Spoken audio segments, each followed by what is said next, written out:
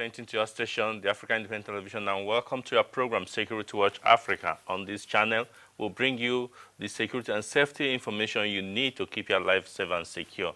Life is sacrosanct, and life must be protected. Whatever it will take to protect one's life, it's worth it. We welcome to the program today. My name still remains Patrick Abambo. Though a little bit sad news to hear what happened in Ofa in Kwara State, where some precious Nigerian lives were cut short by daredevil armed robbers. Innocent passerbys were shot randomly by these armed robbers, and even the police officers who were doing their work, their legitimate work in their station, were also attacked and killed.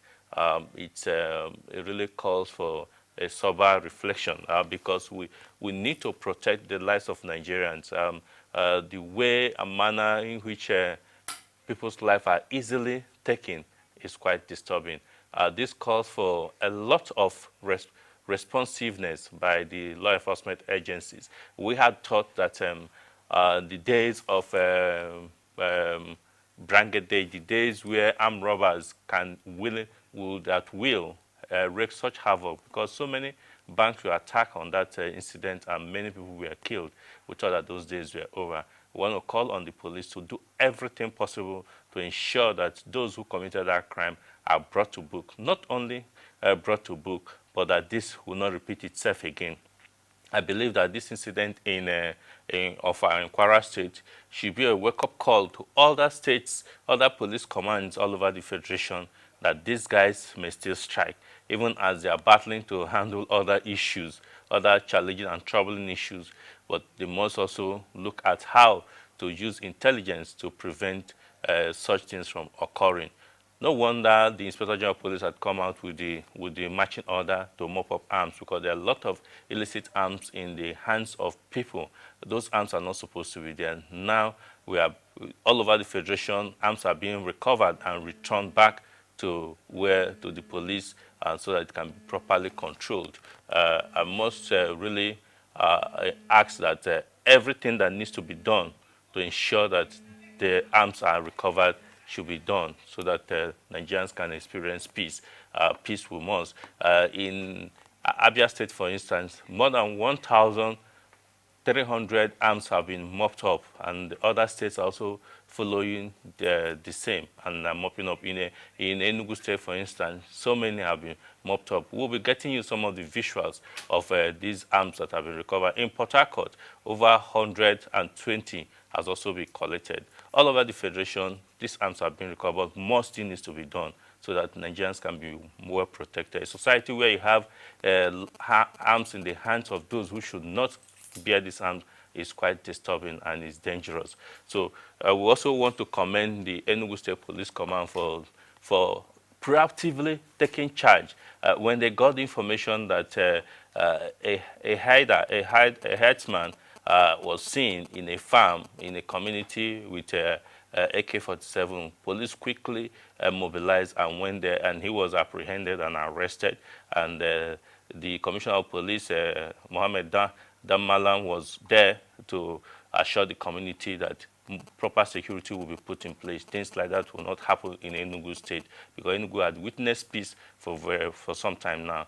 So we must commend Enugu State Police Command for being proactive to protect this. Yes, during the week, Security Watch Africa visited Plateau State. We had to visit Plateau State to find out what is happening, how ready or how prepared or how is the police over there making sure that the people of Plateau State are protected.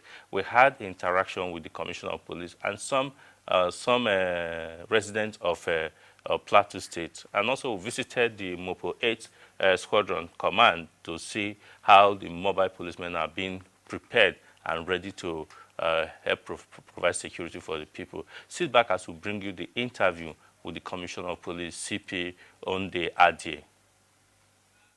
Security is essential for any meaningful development in a society.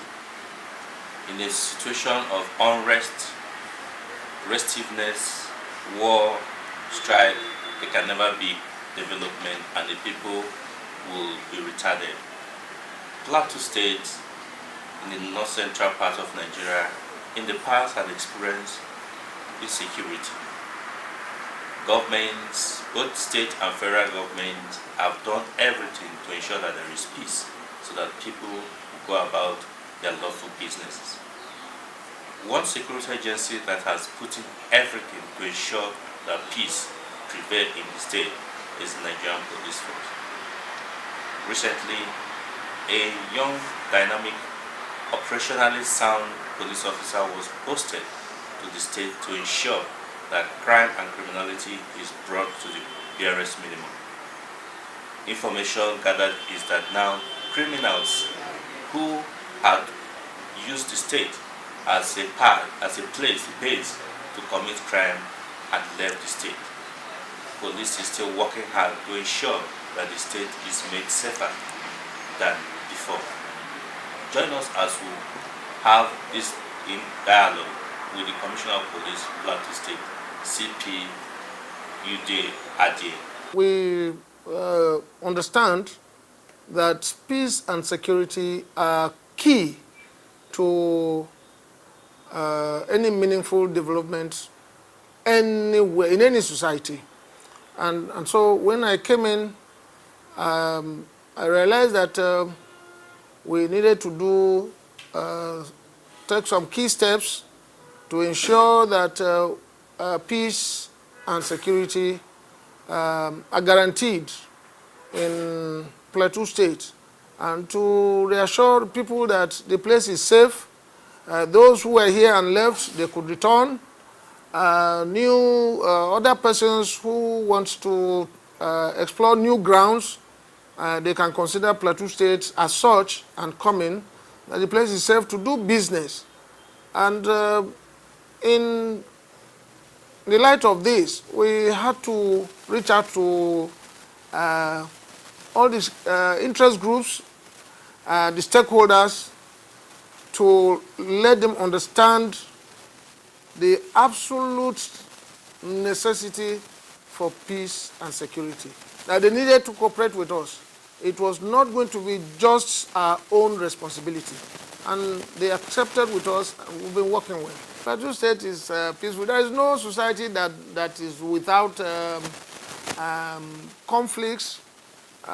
When they do occur, the manner in which such conflicts are addressed goes a long way to reassure the members of the community and even outsiders who are interested in coming in. Fundamentally, is the fact that as of today, whether it is in just metro or other urban areas, people can move about at any time of the day or night. That is because we make our presence felt everywhere, and we respond quickly to distress calls. In the first place, criminality has reduced to the barest. And, sometimes in a location, it may just be one person or a gang that will be terrorizing and making the whole place appear as if it is infested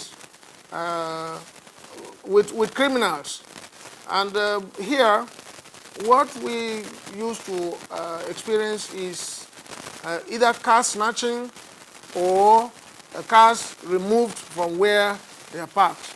And for now, there is a matter that we cracked recently. In fact, we're still working on it. And so far, some cars, if I have to mention the number to you, you will be surprised. I will not want to give out details because there are prospects of recovering even more cars than the one we already have recovered.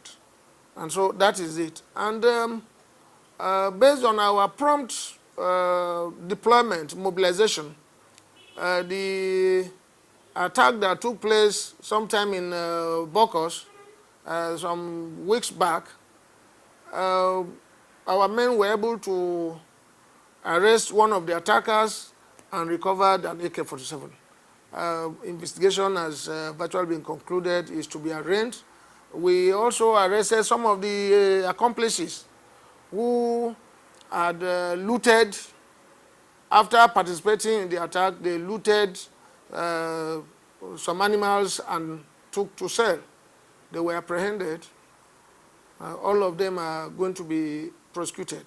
I know that the IGP, on assumption of office, encouraged, in fact, set up the eminent persons forum and encourage states to. What is the situation in Plateau State? Well, we do have that, and we normally go beyond the use of eminent persons forum to the nitty-gritty, so that every shade of interest is brought in for us to have an understanding of what the situation is in terms of the crisis or the conflict, and the need to ensure that there is peace, because it is what will benefit all of us. Once they understand that, once reports are made, they are attended to promptly, they are attended to diligently, honestly, justice is delivered and not even delayed. That's all. They feel confident, they come to you with their complaints, and when you have issues, you reach out to them, they are ever ready to support. My relationship is cordial, smooth. We definitely do approach the state government for assistance where necessary, and they do oblige. It may not be 100% because in the first place, they are supporting us, though the result of that support will also turn around to be for the good of the state, the benefit of the state, and of course it will give credence and credibility even to the government. So they do assist us. Because justice is known as a home for all. In actual fact, nearly some say it's a mini Nigeria, because people from different parts of the country are here to do business, and other people, vehicular movement, even farming is also thriving here. Are people free now, especially those who do farming, to do their farming? They are absolutely free. They are absolutely free. In fact, if I may cite an instance, just yesterday, a community from Vom Kuru area, they gathered themselves and came here to say, CP, we are very happy with the way you are working since you came. We are farming, we are purely farmers, and we've been farming without molestation. The Fulanis live with us, they have their cows here, and there is no problem. So farming activities are going on. Yes, in the first place, you must be determined to do your work, do the right thing. And so we don't play games with situations, crisis situations when they arise. And we go on straight. Apart from doing our prompt deployment, we identify the key stakeholders and quickly bring them together to see to it that normalcy return, peace is restored. There is this young man that which has not been established whether the other person was his friend, but they must have been acquaintances. He carried him on a motorcycle somewhere in Langtang to cross to one of the villages. And by nightfall, his people didn't see him. By the next day, our attention was drawn to the fact that a dead body was found by the bank of a river. So our personnel promptly responded to that, and when they found the body, on observation they realized that he was violently attacked and killed. and so we launched a manhunt. The guy who took this young man on the bike now escaped. He was at large, but our personnel mounted a manhunt, and by the following day, which was Monday, he was arrested with 2 other accomplices, another young man and a lady. And just after preliminary investigations at that division, they will be transferred to State CID for conclusion of the investigation. Of course, prosecution. We don't delay, and that is what, don't delay in the handling of matters, complaints that are reported, and that's what has gone a long way to establish the confidence that the people have in us. One, they should continue to give us their support, their cooperation, because we are partners. Two, on their own too, they should resolve that there must be peace on the plateau. Once there is that resolve, in event of any crisis at all, there will be always that readiness to come together and resolve such conflict or crisis. So let them just resolve that they want peace, and let them continue to support us. Welcome back. Yes, that was the Commissioner of Police, Plateau State CP, on the idea, speaking to Security Watch Africa on what policing it's like in Plateau State. The protection of lives and property is very, very important. And it's good to know that some of the trouble areas are getting serious attention by the police to make sure that the people, the farmers, do their business without being molested, and those hiders also graze without also trampling on the crops of the farmers. It's good to live in harmony, and that is the essence of a good security plans that is being propagated there in Plateau State. Just like the Commissioner of Police did say, it's calling on the people to cooperate and give information, and actions will be taken quickly. Yeah, we spoke with some people who are resident in Plateau State. The chairman of the chapter of Nigerian Bar Association spoke to us about their relationship with police, and also we spoke with other business people who talked to us about how security is in Plateau State. Sit back as we bring you these views. I think it has been fair. It's been very fair. It's very fair. Each time we have a need for them to come around to assist, I think they have not failed us. They have not failed us for now, as far as I know. At least I've been in Jos for about 30-something years now. And I don't think that we have had the need for us to have a disparity between us and the police. So they have been trying endlessly to a very high level, where relatively just peace has come to Jos, because I have to speak for Jos. I'm residing in Jos. And compared to what used to take place a few years ago, maybe 7 years ago, where you find it difficult to even move alongside to one another. So, but with the security situation now, one can move from one end to the other. One can move. Those areas we felt they are not movable, or we cannot reach.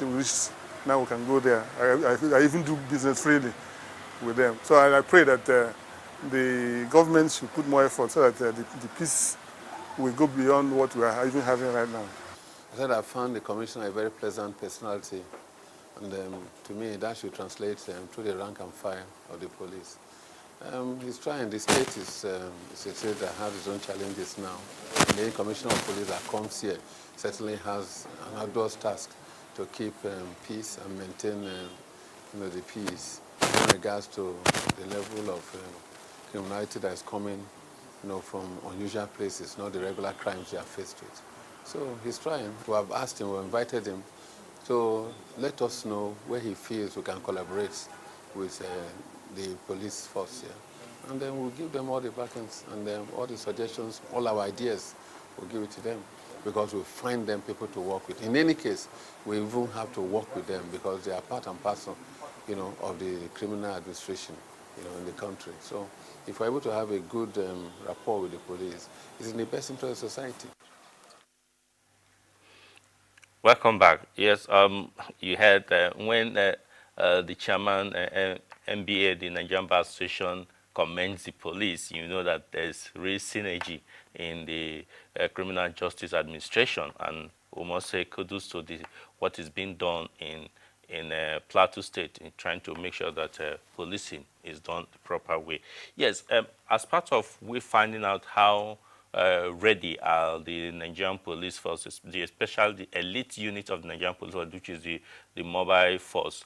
We decided to visit the Mopo 8 squadron, their base, to find out how the activities is done there. We met with the commander, Mopo 8, CSP Suleiman Abdullahi, who took us around some of the situation on how what is on ground for the retraining of the personnel once they are on ground. Sit back as we take you to the Mopo 8 squadron in Jos.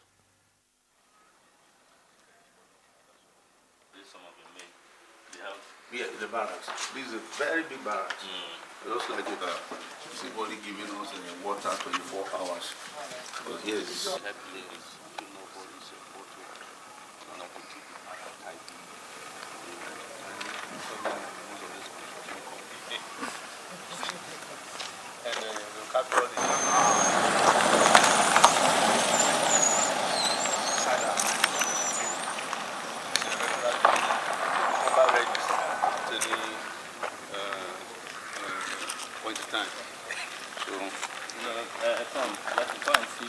exercises. I all start confused. Oh, yeah, that's our parade ground. All the parade ground there. Like you do in NYC. Like you do in NYC. That was Your training, you must be smoked. They did to me. Yes. As I managed to get to the century, there's this, what they call it, I entered there, they don't release gas from me.